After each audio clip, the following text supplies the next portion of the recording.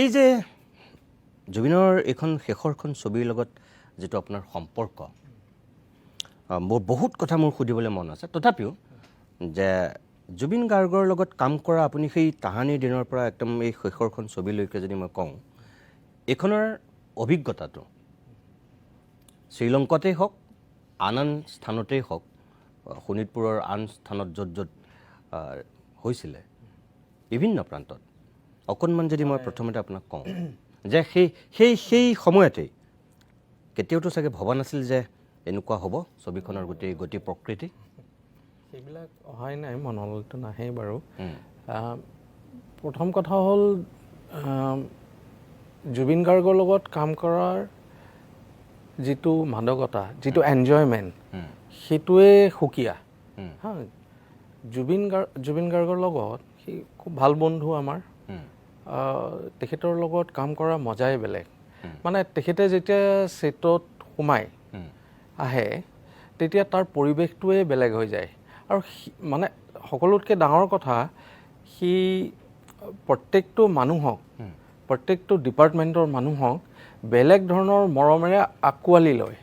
আৰু খুব এনকাৰেজ কৰে এইটো এনেকৈ কৰিব লাগিব তেনেকৈ কৰিব লাগিব হা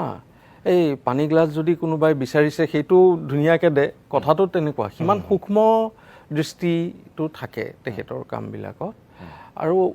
এই কামটো বহুত বছৰ আগতে মই শুনিছিলোঁ সি মোক কৈছিলে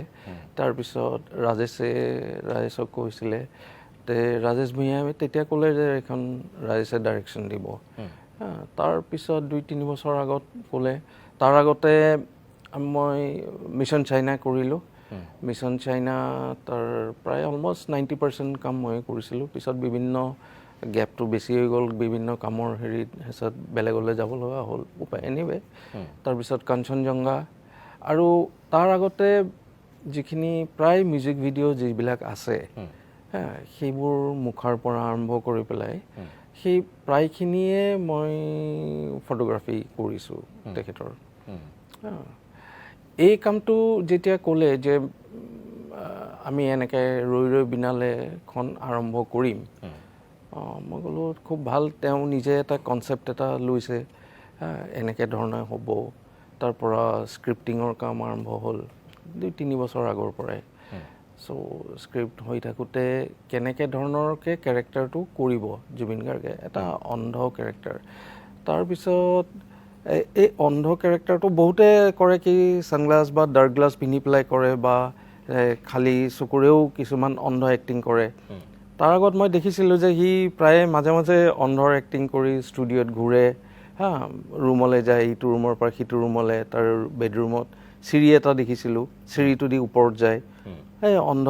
এজনে গ'লে কেনেকুৱা হয় সি চাগে খুব বেছি কনভিন্স নহ'ল চাগে সেই বস্তুটো লৈ পেলাই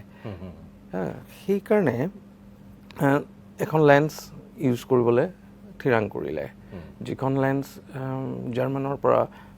আহিছে